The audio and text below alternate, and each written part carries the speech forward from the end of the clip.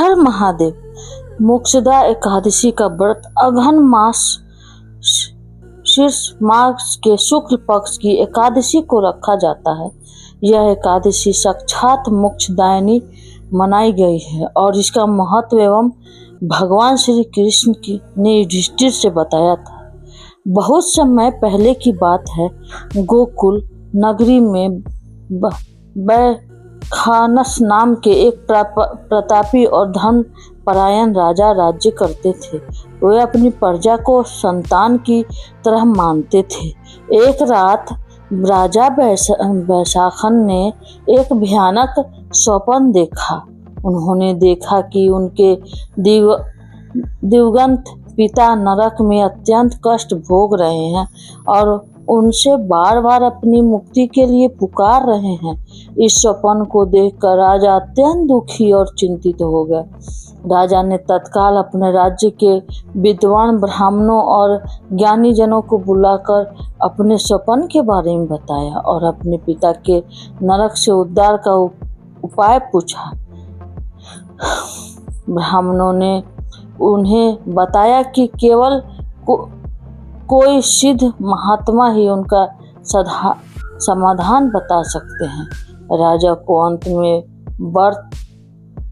पर्वत मुनि के आश्रम जाने की सलाह दी गई, जो त्रिकालदर्शी थे। राजा बैखानस उनके पास गए और अपनी सारी व्यथा सुनाई।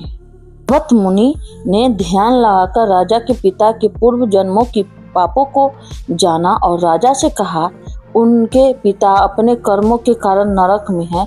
मुनि ने राजा को मार्गशीर्ष मास के शुक्ल पक्ष की मोक्षदा एकादशी का व्रत परिवार सहित विधि विधान से करने और उस वक्त का संपूर्ण पुण्य अपने पिता को अर्पित करने के लिए कहा।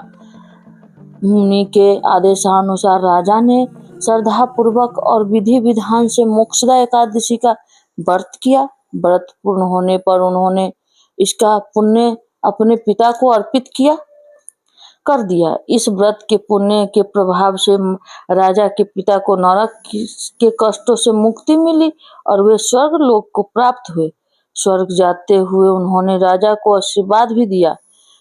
यह एकादशी मनुष्य को जन्म मृत्यु के बंधन से मुक्त करती है। इस व्रत का पुण्य पितरों को अर्पित करने से उन्हें नरक से मुक्ति मिलती है और वे मोक्ष को प्राप्त होते हैं। यह भी माना जाता है कि इसी पवित्र तिथि को भगवान श्री कृष्ण ने कुरुक्षेत्र के मैदान में अर्जुन को गीता का उपदेश दिया था। इसलिए इस दिन गीता का पाठ करना अत्यंत फलदायक है। मोक्षदा एकादशी का व्रत अत्यंत पवित्र है और फलदायी। इसे विधि विधान से करना चाहिए। एकादशी के एक दिन पहले यानी दशमी तिथि को केवल सात्विक भोजन बिना प्याज लहसुन और मांसाहार से नहीं करनी चाहिए।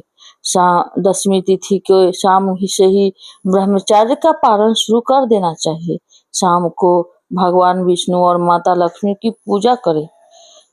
ब्रह्म मुहूर्त में उठकर गंगा जल युक्त जल के स्नान करें। स्वच्छ वस्त्र पहने।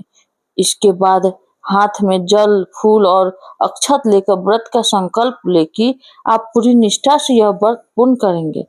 पूजा स्थल को स्वच्छ करें। भगवान विष्णु की प्रतिमा या तस्वीर को स्थापित करें। पूजा सामग्री: पंचामृत, दही, दूध, घी, शहद, गंगाजल मिश्रण। पीले वस्त्र: भगवान को अर्पित करने के लिए पीले फूल, तुलसी दल के बिना पूजा अधूरी है। दूध, दीप, नैवेद्य, फल, मिठाई। गीता ग्रंथ पाठ करने के लिए ध्यान और आवाहन: भगवान विष्णु विशेषकर श्री कृष्ण का ध्यान करें और उन्हें आसन ग्रहण करने के लिए कहें। सबसे पहले भगवान को पंचामृत से स्नान कराएं। इसके बाद शुद्ध जल से स्नान कराएं। भगवान को पीले वस्त्र और आभूषण अर्पित करें। उन्हें पीले चंदन का तिल लगाएं। पीले फूल, माला और तुलसी दल अर्पित करें। भगवान विष्णु के मंत्रों का जाप करें, जैसे ओम भगवते वासुदेवाय हरे कृष्ण हरे कृष्ण हरे रामा रामा रामा हरे हरे। विष्णु सहस्त्र नाम का पाठ करना अत्यंत शुभ माना जाता है। गीता जयंती, चूंकि यह दिन गीता जयंती भी है, इसलिए श्रीमद् भागवत गीता का पाठ खासकर मोक्ष प्राप्ति के से संबंधित अध्ययनों का पाठ करें। मोक्षदा एकादशी की कथा आपको बताए, श्रवण का वचन करें। घी का दीपक जलाकर भगवान विष्णु की आरती करें और उन्हें भोग नैवेद्य तुलसी दल भोग में डालें, अनिवार्य है। रात में जागरण करते हुए भगवान विष्णु के भजन की और कीर्तन करें। एकादशी व्रत का पारण अगले दिन यानी द्वादशी तिथि में सूर्योदय के बाद निश्चित पारण मुहूर्त के भीतर ही करना चाहिए।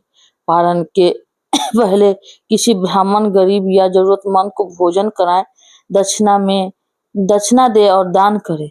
दान आदि के बाद शुद्ध जल पीकर सात्विक अन्न खाकर व्रत करें। इस व्रत में तुलसी दल का उपयोग और स्नान बहुत महत्वपूर्ण है। एकादशी के दिन अन्न का त्याग करना चाहिए। व्रत न रखने वाले भी इस दिन चावल का सेवन नहीं करते हैं। नमस्कार, आप लोगों को मेरी जानकारी कैसी लगी आप लोग कमेंट बॉक्स में जरूर बताइएगा। आज के लिए बस इतना ही। धन्यवाद। नमस्ते।